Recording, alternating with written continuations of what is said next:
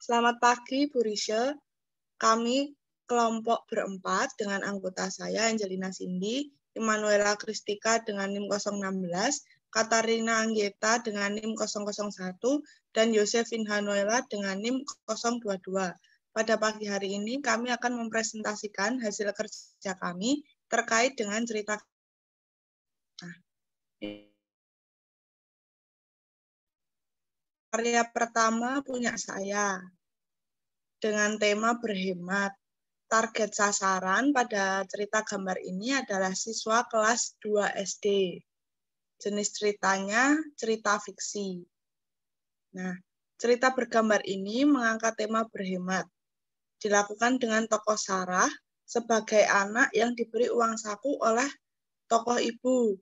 Tetapi uang saku tersebut tidak digunakan untuk jajan di sekolah.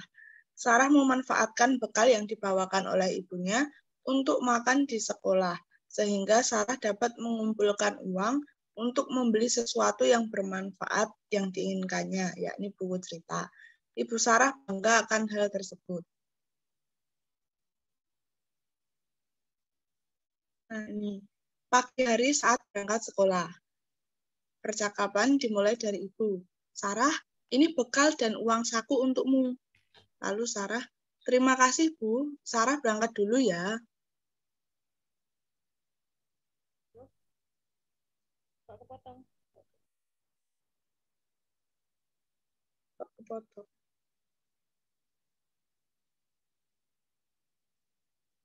Oh ya, kok kepotong ya? Ya ya.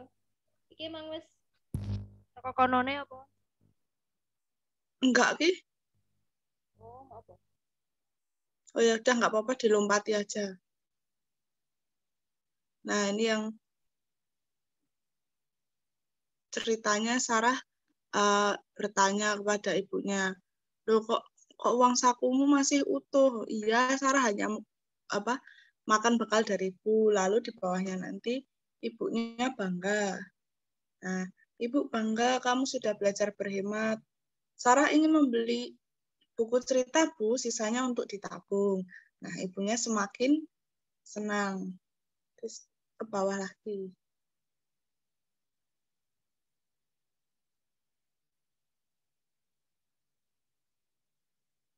Nah, wah hebat, Nak. Hemat, nah ini ceritanya apa? Motivasi nilai-nilai dalam kehidupan sehari-harinya di sini. Wah hebat, Nak. Hemat pangkal kaya. Tidak semua orang bisa melakukannya. Iya, Bu. Uang saku Sarah sudah terkumpul selama 1 bulan. Nah, ini anaknya cerita. Kalau selama 1 bulan dia sudah mengumpulkan. Lalu, ayo Bu, antar Sarah ke toko buku. Ayo Nak, dengan senang hati. Sudah. Kowe nganggo cerita Kowe nganggo anu apa gawene? Aplikasi apa? Pakai storyboard. Oh.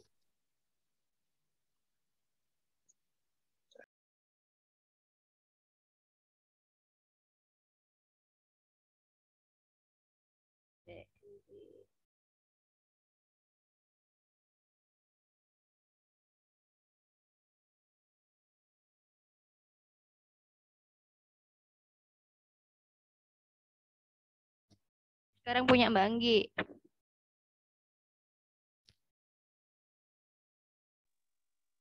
Ceritaku ini tuh apa namanya, menceritakan ya nyata ya, ini yang terjadi sih, yang pernah terjadi sama aku. Tapi aku ganti tokoh, jadi dua laki-laki itu, ada yang baju biru itu namanya Agis, yang baju merah itu namanya Dino. Nah, Dino ini tuh kayak dibilang curiga sih, nggak kayak bertanya, hanya bertanya teman, kayak merana ke curiga gitu, kayak itu kok kayak bukanku ya. Jadi gini ceritanya, Gis, itu pulpen yang ada di mejamu punya aku kan? Pasti.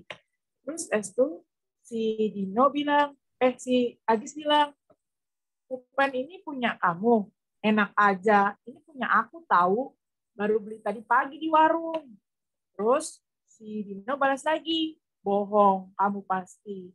Mana mana buktinya gitu kan? Terus itu Si Agis jawab lagi, nih, pulpen punyaku tuh ujungnya isi pulpennya aku gigitin buat jadi tanda kalau ini pulpen punyaku. Itu ceritanya. Itu yang terjadi semasa aku sekolah. Oh. Berarti ini ya, kisah nyata ya? Ya. Kisah nyata. Oke.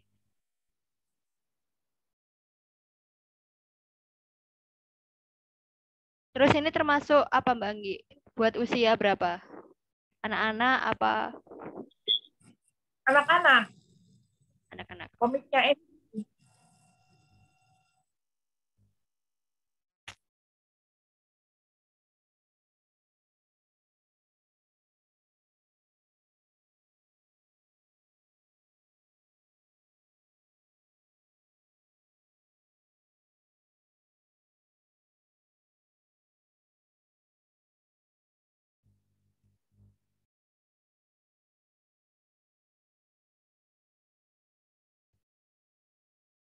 Gantian punya aku ya guys.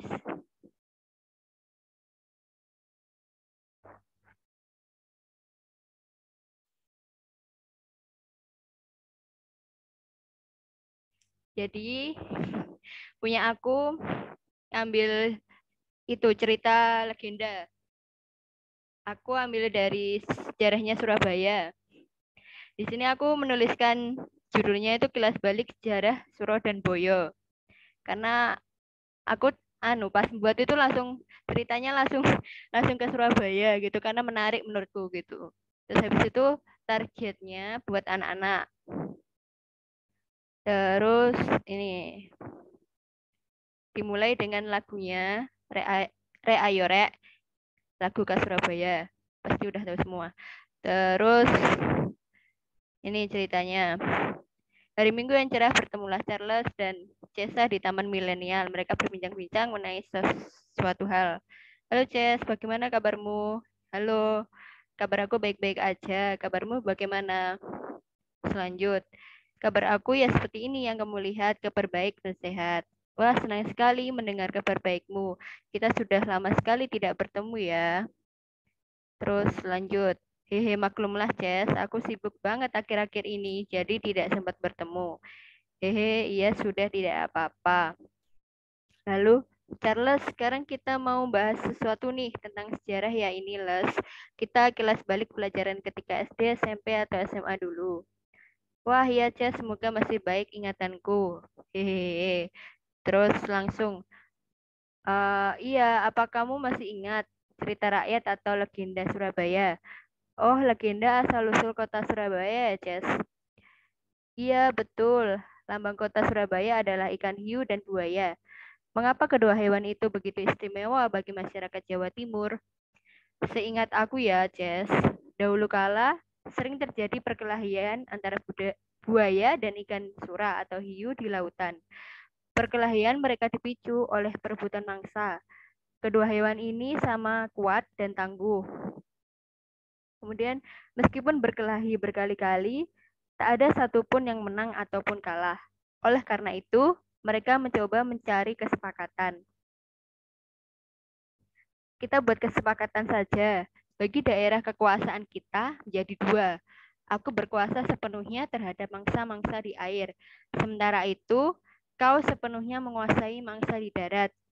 Batas air dan darat adalah daerah yang dicapai oleh air laut ketika pasang, kata ikan sura. Lalu, hai buaya, aku bosan berkelahi terus seperti ini, kata ikan sura. Aku juga, saut buaya. Lalu, Cesa menyela pembicaraannya dengan Charles. Wah, jadi asal mulanya seperti itu, Les. Sebentar, belum selesai ceritanya, Ces.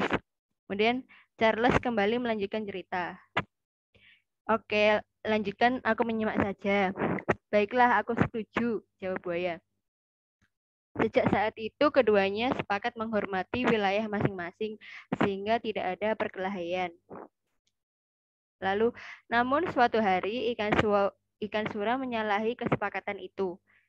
Diam-diam, ia mencari mangsa di sungai. Ketika mengetahui kecurangan ikan sura, buaya sangat marah. Lalu, hai sura, Kau telah melanggar kesepakatan yang telah kita buat bersama. Sungai adalah daerah kekuasaanku, teriak buaya dengan marah. Apa yang telah aku langgar? Aku kan berburu mangsa yang ada di air, jawab ikan sura. Namun, sungai letaknya di darat, berarti sungai adalah daerah kekuasaanku. Daerahmu adalah perairan laut, kata buaya. Kurang lebih seperti itu, Ces, asal-usul kota Surabaya. Sangat menarik sekali asal-usul kota Surabaya. Jadi keduanya bersisi tegang dan terjadilah perkelahian. Lalu mereka saling menggigit satu sama lain. Perairan sekitarnya menjadi merah karena darah yang berasal dari luka-luka kedua hewan buas ini. Ikan sura berhasil menggigit pangkal ekor buaya sebelah kanan sehingga ekor buaya menjadi bengkok ke kiri. Betul sekali, Ces. Pertarungan ikan sura dan buaya ini menjadi inspirasi terciptanya nama Surabaya. Ada juga pendapat lain bahwa nama Surabaya berasal dari kata sura yang artinya selamat dan kata boyo yang artinya bahaya. Jadi, jika digabungkan bisa berarti selamat dari bahaya. Oh, jadi begitu asal-usul kota Surabaya, bumi arek-arek. Lalu untuk pesannya dari asal-usul kota Surabaya ini adalah permusuhan tidak akan bisa menyelesaikan permasalahan yang ada. Hendaklah menyelesaikan masalah dengan kepala dingin. Gitu guys. Ini aku nggak pakai Storybird karena ribet.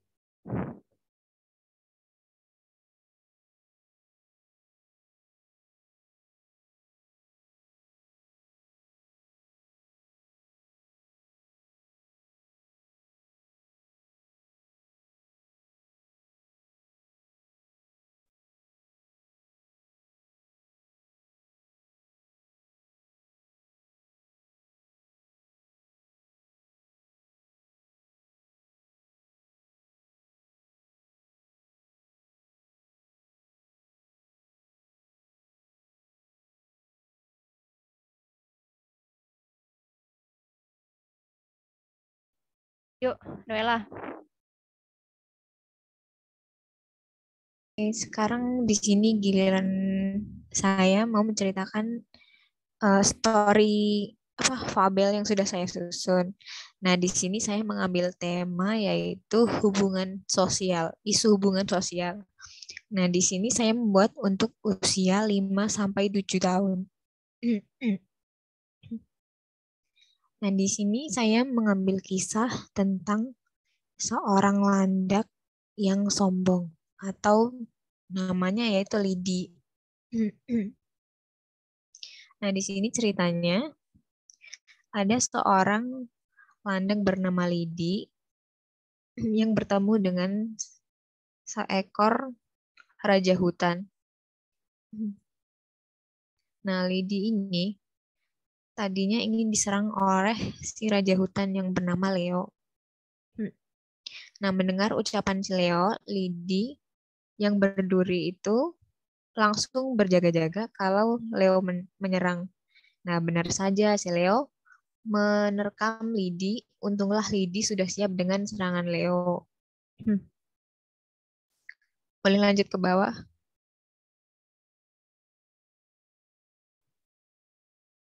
Nah, di sini Leo merasa kesakitan gara-gara tertusuk oleh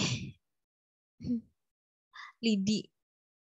Nah, kabar tentang kalahnya si Leo atau si Raja Hutan itu terdengar ke seluruh penjuru hutan.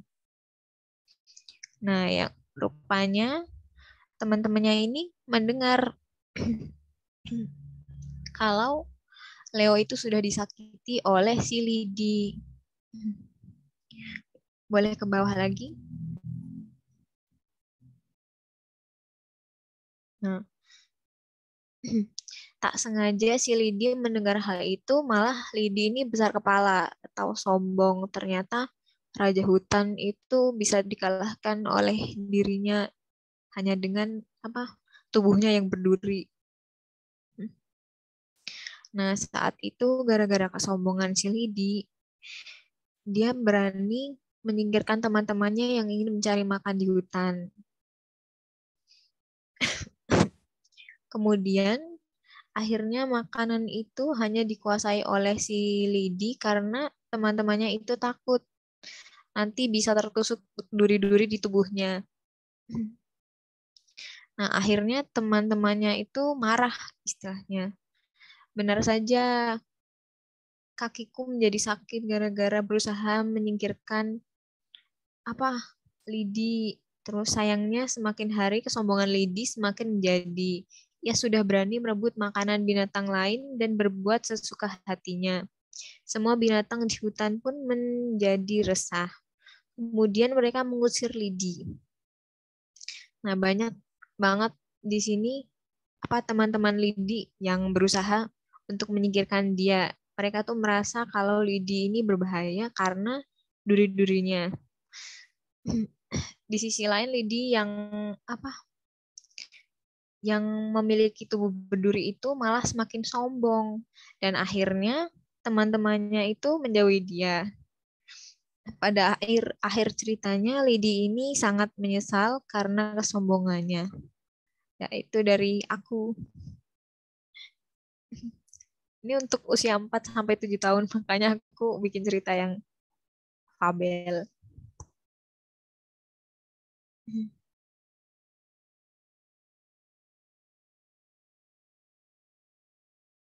Oke. Sekarang gimana? Udah pada nilai belum? Penilaiannya bareng kok sendiri-sendiri? Itu kayaknya bareng nggak sih? Bareng sekalian aja, Po. Satu aja itu